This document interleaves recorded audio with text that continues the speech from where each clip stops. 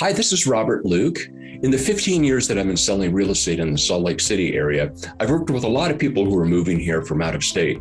Either they're moving to Silicon Slopes, Thanksgiving Point area, or down to Orem, Provo, or in Salt Lake itself.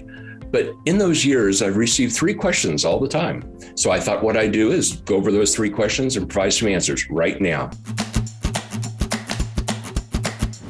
The first question I get is, who in the world designed your addresses? I mean, what is 12652 South and 1354 West? What does that mean? Who did that? It almost sounds like it's a military grid system or something like that. Well, actually, it is. When the pioneers first came here, and here's a picture of the Salt Lake Valley. When the pioneers first came here, they settled around the Temple Square area.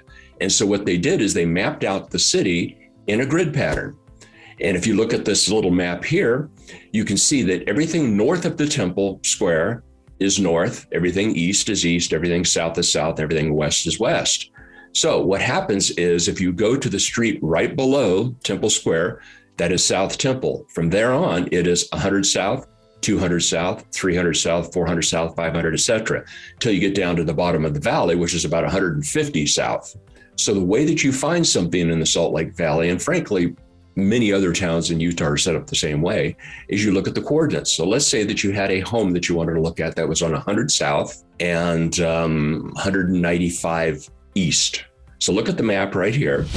You go down to 100 South, you turn east, and you go up to 195 East, which would be right before the 200 East Street.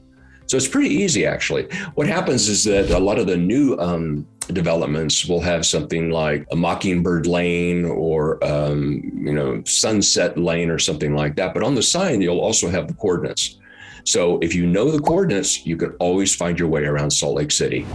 The second question regards alcohol. You poor guys in Utah, where can you buy a glass of wine? In Utah, I've heard all kinds of horror stories. Well, things have changed quite a bit in the last 50 years, especially since the Olympics. But essentially, we're similar to most other states. You have to be 21 to buy alcohol in Utah. We have breweries, we have bars and so forth. The real big difference is that in a lot of other states, you can go to a local grocery store and buy beer, wine, and hard liquor. In Utah, you can buy 3.2 beer in a grocery store.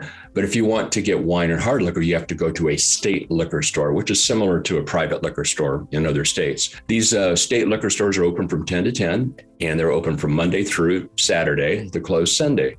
So you can get everything you want there. So the real major difference is going to a grocery store and being able to buy everything. The third question I always get is regarding skiing. And yes, ladies and gentlemen, as a skier, I can say that Utah has the best snow in the United States. On the West Coast, it's a bit wetter. On the East Coast, the snow's a lot wetter, and it tends to pack a lot more. But in Utah, Colorado, it is nice and fluffy. Utah, basically, I think it gets a little fluffier snow than Colorado. But there are lots of places in Utah to go skiing. The really cool thing is you could be in downtown Salt Lake City in your hotel, and you could be in the parking lot in 30 minutes to Altus, Solitude, Brighton, Snowbird, Deer Valley, and so forth. And then go from there. And you could either stay up in Park City and go through the entertainment, or you could drive back downtown. They have, nice entertainment downtown Salt Lake City. But it's the closeness and so forth. So if I were renting a car at the airport, I get an all-wheel drive or 4-wheel drive, or at least a front-wheel drive. They keep the roads really clear, and occasionally you'll need chains and so forth, but you'll have storm reports, but at least get an all-wheel drive or front-wheel drive car. But it's a lot of fun. I mean, Utah snow is great. The resorts are really well kept. There's lots of different type people, skiing up there. It's very friendly. It's very sunny usually. And then you're really quick back to Salt Lake to a hot bath, which is what I like. So there you go. These are the 3 biggest questions that I have from out-of-staters. I'm here to help at any time. I can help you pick the right place to live, depending upon where you're commuting. If you're going down to Silicon Slopes, if you're going up downtown, so forth, commute distances, just let me know. I'm here to help. Thank you very much. Have a great day. Bye.